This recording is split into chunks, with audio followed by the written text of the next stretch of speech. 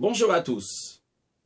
Ça vous est déjà arrivé de voir un texte de Torah qui a deux explications. Et peut-être vous avez pensé qu'une explication est juste et l'autre ne l'est pas.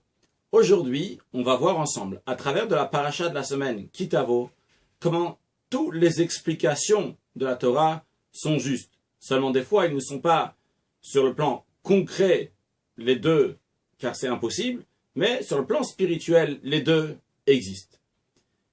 Moïse dit au peuple juif, Ki Tavo, lorsque tu vas rentrer en terre d'Israël, faire la conquête et la partager entre les 12 tribus, tu prendras des prémices de ton champ, des fruits qui sont considérés les fruits de la terre d'Israël, c'est-à-dire le blé, l'orge, le raisin, la figue, la date, l'olive et la grenade, et les prémices, tu les amèneras au Kohen, au prêtre, qui sert dans le tabernacle, plus tard, lorsque c'était dans le temple.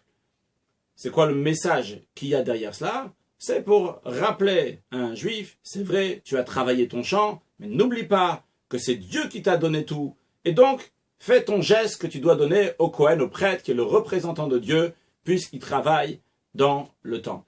De plus, c'est aussi un message de ne pas être ingrat. Dieu, il t'a fait du bien, du chesed, de la bonté, remercie-le. Troisième message qu'il y a aussi, c'est que le premier, le meilleur, tout de suite, je le donne au Kohen, donc je le donne à Dieu.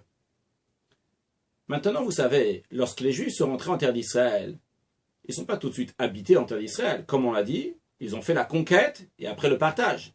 La conquête a duré 7 ans. Après le partage entre les 12 tribus, ça a duré encore 7 ans. Il y avait 600 000 juifs, chacun devait recevoir son territoire. Il y a monsieur numéro 1, il a reçu son territoire en premier. Il y a monsieur numéro 600 000 qui a reçu en dernier. La question qui se pose, c'est quand les juifs ont dû donner les prémices au Kohen, au prêtre, à Dieu. Est-ce que dès que moi, monsieur numéro 1, je reçois mon champ, et donc mes fruits, tout de suite, quand j'ai un nouveau fruit, je l'amène au Kohen, ou bien j'attends que tous les juifs, les 600 000 juifs, jusqu'au dernier, va recevoir son territoire, en l'occurrence, donc au bout des 14 ans, et à ce moment-là, j'amènerai mes bikurim, mes prémices, au Kohen, au prêtre. Sur cela, il y a deux opinions. Il y a l'opinion de Rashi et tous les autres commentaires qui disent que il fallait attendre les 14 ans, c'est-à-dire une fois que tout le monde a reçu sa part, à ce moment-là, moi aussi, monsieur numéro 1, je vais amener mes bikurim, mes prémices. Mais en attendant, tant qu'il y en a un qui n'a pas encore reçu sa part, son territoire en terre d'Israël, je n'ai pas le droit, je n'ai pas besoin d'amener mes bikurim, mes prémices au Kohen, au prêtre. Par contre, le Sifri, il dit non. Dès que monsieur numéro 1 a reçu sa terre, tout de suite, il doit amener les bikurim, les prémices au Kohen. Il n'y a pas besoin d'attendre. A priori, contradictoire, c'est ou l'un ou l'autre. Alors évidemment, concrètement, ça ne veut pas être comme les deux. Les Juifs se sont comportés ou bien d'une manière ou bien d'une autre manière. Alors l'opinion du Sifri, on la comprend.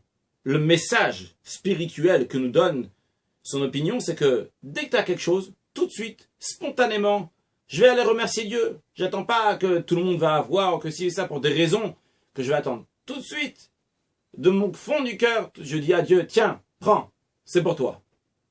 Par contre, Rashi et les autres commentaires, pourquoi il faut attendre 14 ans? Quel rapport? Pourquoi je dois attendre que tout le monde a reçu? Moi, j'ai reçu quelque chose. Moi, je dois remercier Dieu. Mais ici, cette opinion donne un message très important. Ces bikurim étaient là pour remercier Dieu. Et remercier Dieu avec joie. Et comment je peux être vraiment joyeux? Uniquement si tous mes frères juifs ont ce qu'il faut. S'il y a un frère juif qui n'a pas encore reçu sa part, je ne peux pas vraiment me réjouir. Donc on voit que les deux opinions ont un message spirituel à nous donner. Mais en vérité, ça va même encore plus loin que ça. C'est pas que les deux opinions ont un message spirituel à nous donner, mais ils existent aussi concrètement dans la vie de tous les jours. Il y a deux sortes de remerciements. Il y a un remerciement spontané et un remerciement qui vient après réflexion. Dès qu'on se lève tous les matins, on dit Modeh ani lefanecha melech chai vekayam shechezata bi nishmati bechemla rabba emunatecha. Je te remercie, mon roi, de m'avoir donné ma vie. Ça, c'est un remerciement spontané. Je n'ai pas réfléchi. Dès que je me suis réveillé, dès que j'ai ouvert mes yeux, tout de suite, merci mon Dieu, je suis encore là, je suis en bonne santé, je vis, je te remercie. Par contre, après, il y a encore d'autres remerciements. Le remerciement de la prière, mais cela vient après une préparation. On se prépare spirituellement à la prière. D'ailleurs, c'est bien d'étudier la chassidoute qui nous dit comment Dieu il est grand et comment l'homme il est petit. On va aussi au mikvé si possible, avant la prière. On donne la charité avant la prière. On se prépare spirituellement. Et après une réflexion dans la grandeur de Dieu, je commence Hodou la Hachem, merci Dieu. Modim anachnulach, on te remercie. Jusqu'à la fin de la prière, on dit Ach tzadikim yodu lishmecha yeshvu yesharim et panecha. Les tzadikim, les justes, vont te remercier Hachem. C'est un remerciement qui vient après réflexion. Et chacun de ces remerciements a une qualité qu'il n'a pas dans l'autre. Le premier remerciement, ce qui est beau, c'est la émouna, c'est la croyance, c'est la foi que le juif il a. Spontanément, il remercie Dieu. C'est naturel. Mais ça n'engage pas. Par contre, le deuxième remerciement qui vient après réflexion, il est plus profond. Et ça m'engage, j'ai réfléchi sur la grandeur de Dieu. Et après, je lui dis, Hodou la Hachem, je te remercie Hachem. Il y a de la réflexion. Et il y a la qualité de... Ça m'a pris de manière plus intérieure. C'est pas juste une croyance qui est extérieure à la personne. Ça vient de manière très intérieure dans la personne. Donc on voit que chacune de ces opinions, que ce soit le sifrit qui dit « tu remercies tout de suite Dieu », le remerciement spontané, et que ce soit le remerciement qui vient après réflexion au bout de 14 ans, les deux existent dans la vie de tous les jours, dans le service de Dieu. Et de la même manière, ça peut exister aussi dans la vie de société. Tu vois, dès que je reçois quelque chose, tout de suite, merci. La salade est très bonne, le poisson est très bon, la viande est très bonne. C'est spontané, tout de suite.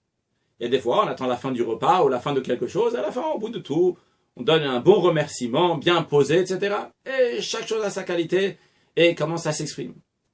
Tout cela est lié aussi avec Chai Elul, le 18e jour du mois de Elul, qui est la naissance du fondateur de la Chassidoute, le Baal Shem Tov, et le fondateur de la Chassidoute et du mouvement Chabad, Rabbi Shneur Zalman, appelé le Admour Hazaken.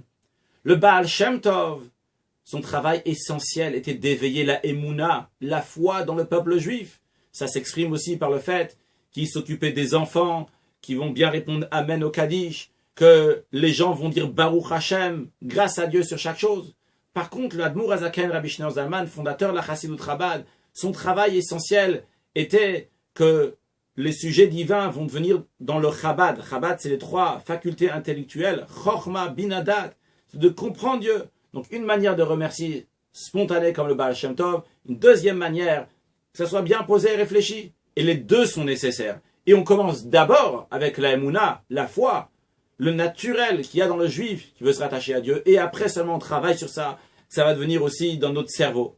Alors au travail, on est dans le mois de Elul, on va remercier Dieu et spontanément et de manière réfléchie parce qu'on va étudier encore plus la Torah, la Chassidoute.